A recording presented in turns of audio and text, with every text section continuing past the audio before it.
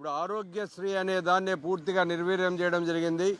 కేవలం పెత్తందారుల చేతుల్లో ఈ కాలేజీలన్నీ పెట్టి వాళ్ళు వందల కోట్ల రూపాయలు సంపాదించుకొని వైద్యాన్ని కూడా ఈరోజు వ్యాపారం చేసే పరిస్థితి కలిగింది. దానికి అవకాశం ఇచ్చిన ఈ ప్రభుత్వం దాన్ని ఆలోచన చేయాల్సిన అవసరం ఉంది. ప్రభుత్వాలంటే కేవలం మన స్వార్థమో, మనం బాగుపడ్డానికో, మన చుట్టూ ఉన్న వాళ్ళు బాగుపడ్డానికో ఆలోచన చేయకుండా సొసైటీని గురించి ఆలోచన చేయాలి. ఎట్టి పరిస్థితుల్లోనూ ఈ నోటిఫికేషన్ ఇమ్మీడియట్గా రద్దు చేయాలి. ఈ పీపీపీ విధానం రద్దు చేయాలి. ప్రజలకు అందుబాటులో ఉండేలా ప్రతి కార్యక్రమాన్ని వీళ్ళు చేయాల్సిన అవసరం ఉంది. అందులో భాగంగా మెడికల్ కాలేజీలో ఆరోగ్యం అనేది ప్రతి వాడికి అత్యవసరం.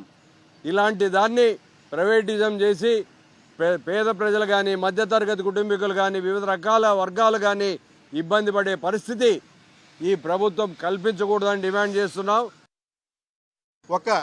ఒక సిటీలో లేదా ఒక టౌన్లో 1000 బెడ్లు పెరగాలంటే 1000 బెడ్లు రావాలంటే 25 ఏళ్ళు పడుతుంది. కానీ ఒక్క మెడికల్ కాలేజ్ వస్తే అదే సంవత్సరం 2 సంవత్సరాలను 7 నుంచి 1000 బెడ్లు 700 నుంచి 700 బెడ్లు వస్తాయి. దానివల్ల ఎవరు బాగుపడతారు? అక్కడ ప్రజలు సూపర్ స్పెషాలిటీ వైద్యం ప్రొఫెసర్ల చేత, అసిస్టెంట్ ప్రొఫెసర్ చేత, అసోసియేట్ చేత ఉచితంగా దొరికే అవకాశం ప్రజలకు, ఆ జిల్లా ప్రజలకు వస్తున్న ఉద్దేశంతో జగన్మోహన్ రెడ్డి గారు జిల్లాలు పెంచి 26 జిల్లాలు ఒక మెడికల్ కాలేజ్ తేవడం నిజంగా ఇది ఒక చరిత్ర. కానీ ఈరోజు ఏంటంటే జరుగుతున్న పరిస్థితి, పేదవారి ఆశల మీద నీళ్లు జల్లుతూ ఈరోజు ప్రైవేట్ పరం చేయడం అనేది ఎవరికి లాభం?